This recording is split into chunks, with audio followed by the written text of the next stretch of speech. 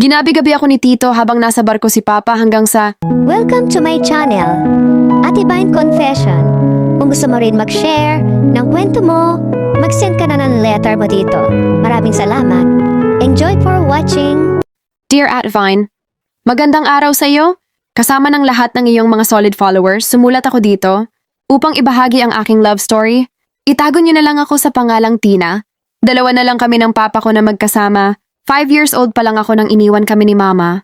Naging tahimik kami ni Papa sa usapin about kay Mama. Mas pinili ko na lang na hindi na magtanong pa. Dahil hindi naman nagkulang sa akin si Papa, naging ina at ama siya sa akin. Kaya habang ako ay lumalaki, ay sobrang mahal na mahal ko ang papa ko. Hindi ko rin siya nakitaan na may bagong girlfriend. Nagpokus lang siya sa pagtatrabaho para sa aming dalawa. Noong ako ay grade 6 na, kaya ko na ang aking sarili. Marunong na akong magsaing maglaba at marami pang iba. Kaya pag darating si Papa, nakahanda na ang kakainin nito at lahat ng kanyang pangangailangan, palagi niya nga akong sinasabihan na, Anak, napakaswerte ko sa'yo. Dahil napakaalaga mong anak, siyempre po Papa, swerte din naman ako sa'yo. Dahil ikaw na nanay at tatay ko. Kaya wala nang kulang, wika ko, at sabay pa kaming nagtawanan. Habang kumakain ng hapunan, isang araw may bumisita. Isang lalaki, si Tito Manny. Ngayon ko lang ito nakita at hinahanap si Papa. Dahil linggo noong araw na yon, kaya nasa bahay lang kami ni Papa. Habang nag-uusap sila, tinawag ako ni Papa. Anak, Tina, halika dito. Ipakikilala kita sa tito mo, eto pala si Tito Manny mo. Ang pinakamatalik kong kaibigan, magkababata. Magkaklase noong elementarya pa kami, yun nga lang.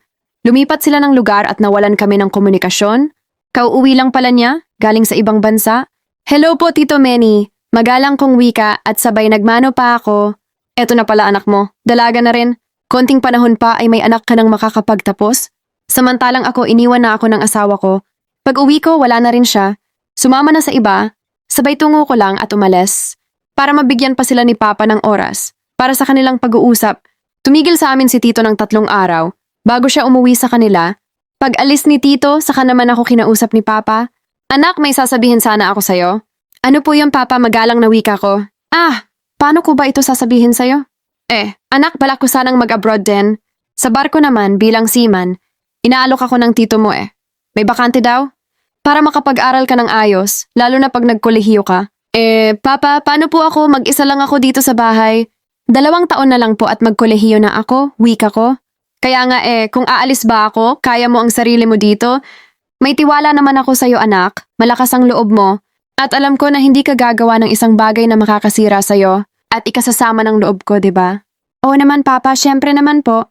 Iniisip ko lang kasi, Papa, 2 na lang tayo, tapos magkakahiwalay pa. Tugon kong muli, ganyan talaga anak. Mahirap ang buhay, kailangan na magsakripisyo ako para sa kinabukasan mo. Wikang muli ni Papa. Sige na nga po, Papa, kung iyan ang alam niyong paraan para sa future natin. Malungkot kong wika.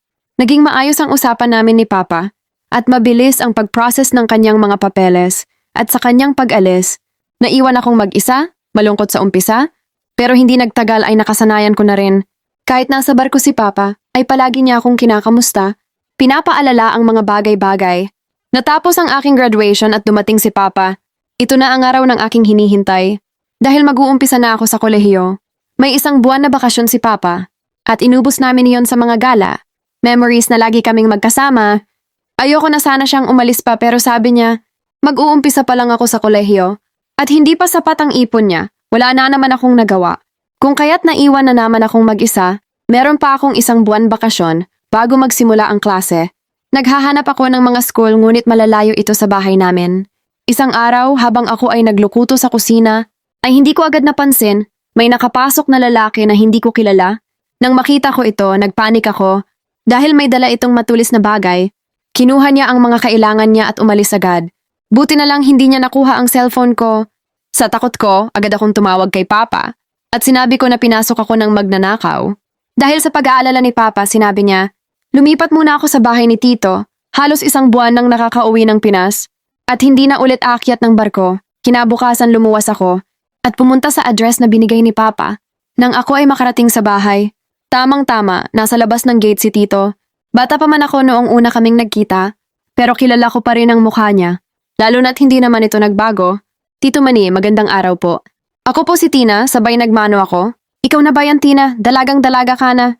Huli kitang nakita, nene ka pa. Huwag ka nang magmamano sa akin. Lalo akong tumatanda. Halika pasok sa bahay. Malaki ang bahay ni Tito, pundar niya ito sa pagiging seaman. Habang ako ay naninirahan dito sa bahay ni Tito, tumutulong ako sa mga gawaing bahay. Nagluluto pa minsan-minsan. Napapansin ko, gwapo talaga si Tito.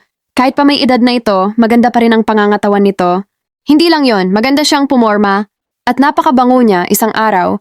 Habang kami ay kumakain ng hapunan, bigla akong nagtanong, Tito, wag po kayong magagalit. Sabi niyo po noon wala ka ng asawa. Wala ka ng balak mag-asawa ulit. Wika po.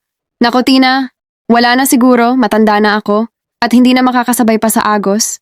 Tugon niya, Nako Tito, sinong matanda? Hindi ka kaya mukhang matanda.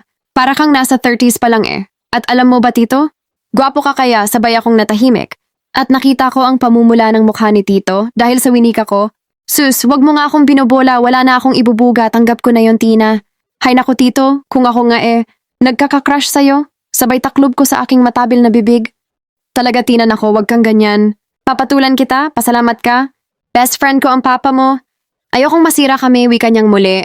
Bakit naman malalaman ni papa? Pwede naman na sikreto lang natin. At sabay tayo ko, at pumasok na ako sa aking kwarto. Pakiramdam ko kasi lalamunin na ako ng lupa dahil sa pinagsasabi ko. Kinabukasan, pagpunta ko ng kusina, nakita ko si Tito na nagluluto at bumati naman ako ng magandang umaga. Parang ang sarap niyang Tito nakakagutom tuloy. Halika na at sabay na tayong kumain habang mainit pa.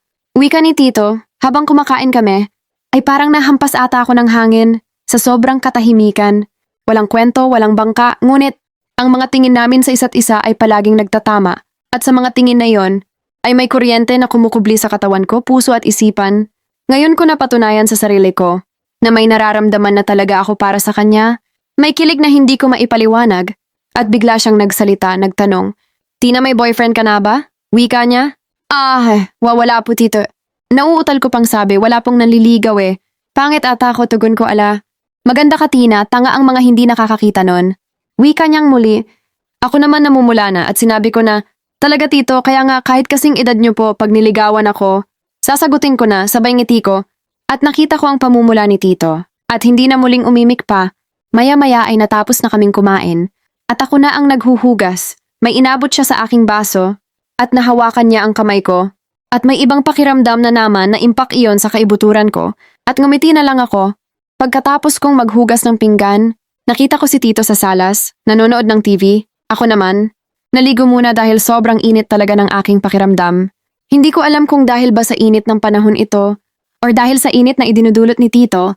Pagkatapos kong maligo, nanonood pa rin si Tito sa salas. Umupo ako sa tabi niya. Nakasuot ako ng manipis na sando at maiksing kasuotan.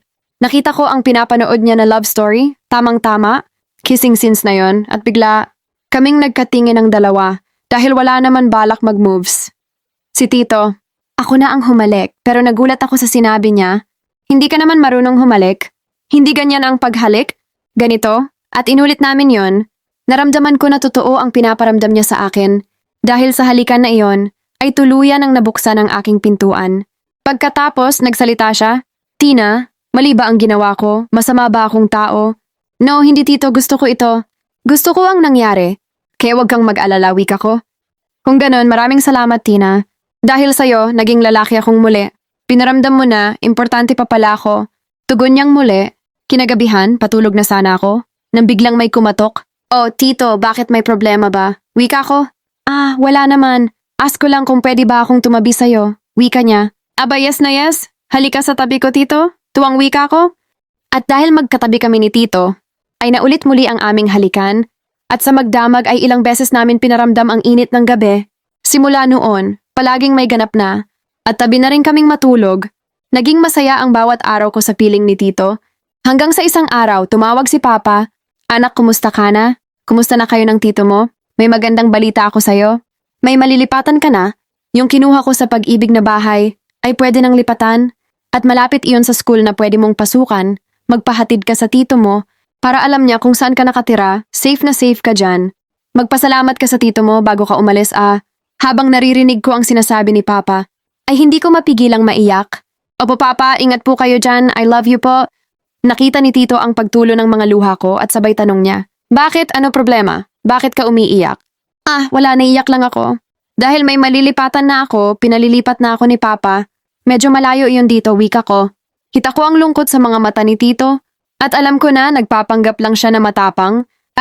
Ganun ba? Wala na tayong magagawa, Tina. Desisyon na iyon ng iyong ama. Kaya kailangan mong sundin. Kailan ang alis mo? Ngayong linggo kasi need ko pang mag-enroll. Sabi pala ni Papa, ihatid mo raw ako sa bagong bahay, wika ko. Oo, ihahatid kita, huwag kang mag-alala.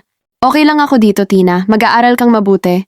At sana balang araw makilala mo ang lalaking makakasama mo habang buhay. At maraming salamat sa lahat. Dahil sa'yo, nakita ko ang halaga ko. Bilang lalaki, bilang ako, malungkot niyang tugon. Wala na akong nasabi kundi binigyan ko siya ng mahigpit na yakap. Sumapit ang aking pag-alis. Hinatid ako ni Tito sa bagong bahay. At alam ko na ito na ang huli naming pagkikita. Kailangan kong ihanda ang sarili ko. Sa aming paghihiwalay, Tina, tandaan mo ang lahat ng bilin ko sa'yo. Alagaan mo ang sarili mo. Aalis na ako, wika ni Tito. Hindi na ako nagsalita pa hanggang sa kanyang pag-alis. Namuhay akong mag-isa habang nag-aaral at hinihintay ang pag-uwi ni Papa. Makalipas ang 2 taon, nakauwi nang muli si Papa para magbakasyon. Sa wakas nakasama kong muli ang Papa ko at sinabi niya sa akin na dadalaw daw kami kay Tito. Para daw makapagpasalamat siya ng personal, sobrang excited ko dahil sa wakas, magkikita kaming muli ni Tito. Hinanda ko ang araw ng aming pagkikita. Ngunit nang sumapit na ang pagkikita namin, pagpasok namin ni Papa sa loob ng bahay ni Tito, bumungad sa amin ang isang babae na nagdadalang tao. Nanlaki ang aking mga mata sa nakita ko at maya-maya lumapit si Tito. Inakbayan ang babae at pinakilala niya ito. Pare, asawa ko pala, si Ningning. Magkakaanak na kami, Tina, tita Ningning mo. Para akong binuhusan ng malamig na tubig, hindi makakilos, kung hindi pa ako tinapik ni Papa sa balikat. Hindi ako magigising sa pagkatulala.